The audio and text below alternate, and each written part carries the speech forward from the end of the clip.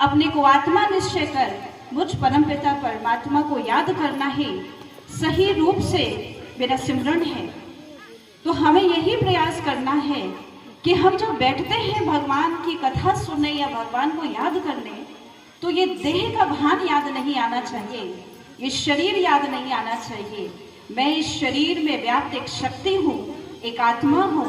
इस स्मृति में रह करके, उस परम पिता परमात्मा की याद में रह करके जो भी हम कर्म करते हैं वो निश्चित रूप से ज्ञान के आधार से हमें वैराग्य की ओर लेकर जाता है। और वैराग्य कोई संसार को छोड़ने की बात नहीं है।